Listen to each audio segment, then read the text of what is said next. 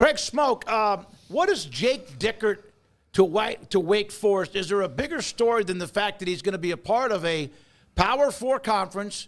The Pac-12, he was like one of those remaining guys like clinging on to the Titanic as it was falling into the ocean. Your thoughts about this move to Wake Forest? He wasn't clinging too hard. He jumped right off at the moment that he got an opportunity to do so. My main thoughts in terms of Jake Dickert now being the new head coach at Wake Forest and filling one of the only remaining jobs out there is that I didn't intend to dress exactly like him, besides the red shirt and this graphic, but also that, you know, we talk about the state of college football, and I don't want to make every day a oh my God, is it going to fall apart? And oh my God, the sport's ending. Like, I feel like there's way too much doomsday stuff that like kind of gets advertised. So I don't want to be that guy because I think college football might be different, but it's not going to die. But I have talked about, and we have mentioned plenty of times, the instances where I think you are running away fans or you are tempting fate with fans. I think we're dangerously close to just pushing Washington State fans over the cliff.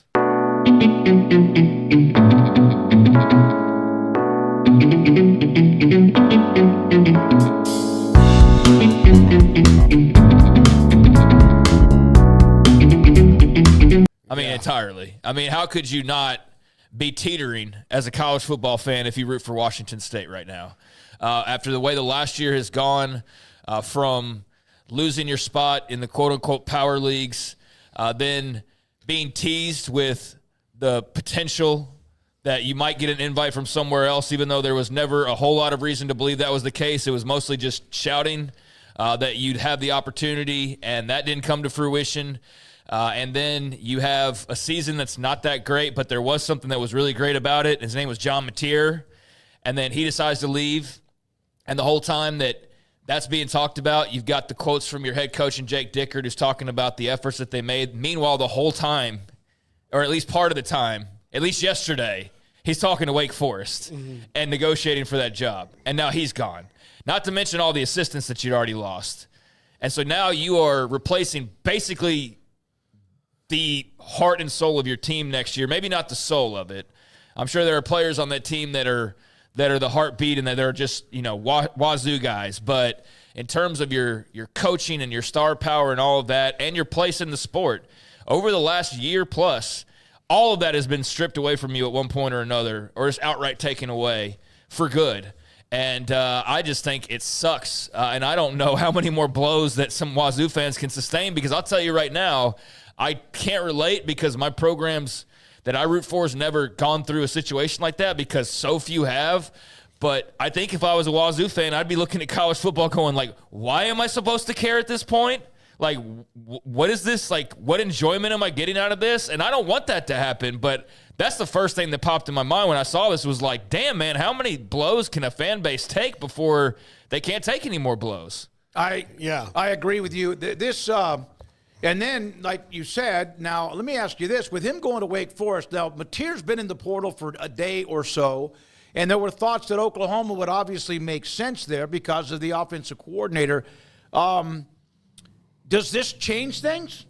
I mean, it might. I don't know John Mateer's relationship with Jake Dickert. That's one of the first things that probably everybody thought of was, what does this do for John Mateer? And does this potentially veer him off the path to Norman, Oklahoma, or somewhere else for North Carolina? And it very well could, for all I know, but I don't know. I feel like the brand might outweigh the Wake Forest brand a little bit compared to the other ones and the opportunities that he has at those other spots. But, you know, as much as he has a connection to Jake Dickert, he still has one to Ben Arbuckle.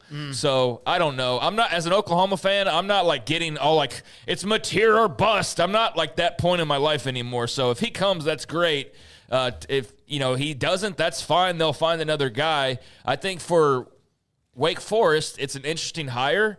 Obviously, they got thrown a bit of a loop and had to kind of perform a bit of a late coaching search in some ways, although to their advantage was there's not really like a busy market going on. They didn't have a whole lot of people to compete with. So, you know, I think it's an interesting hire. I am not blown away. I've seen a lot of Wake Forest fans who are just happy for the change, as most people are, when coaching changes occur where the guy's, you know, not leaving you for a better job. But I don't think this is one that like blows the doors off of anybody. He's a good coach. He's not great, and I'm sure he'll be fine at Wake Forest. Well, he hasn't even, scratched the surface of his career No, yet. he's so Really, young. for us to even assess him. He's done a really good job under really strange circumstances at Wazoo. Although, like, how he got the job, what happened when he had the job, and all of that. So I think Jake Dickert. Did he replace Rolovich? After the So, he replaces Rolovich, keeps the job.